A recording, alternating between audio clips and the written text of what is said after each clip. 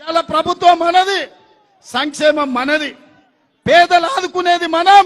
పేదల రాజ్యంలో ఇందిరమ్మ ప్రభుత్వంలో మీకు న్యాయం చేసే బాధ్యత మాది.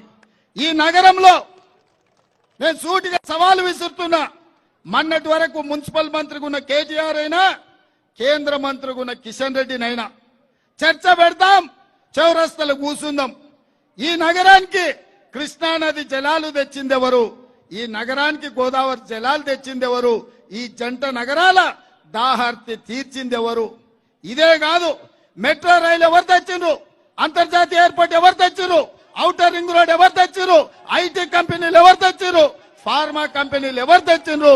వివిధ రాష్ట్రాల నుంచి లక్షలాది మంది ఇక్కడ ఉద్యోగ ఉపాధి అవకాశాలు వస్తే మత సామరస్యాన్ని కాపాడింది ఎవరో చర్చ చేయడానికి సిద్ధమున్నామా? ఇవాళ కంటోన్మెంట్ ప్రాంతంలో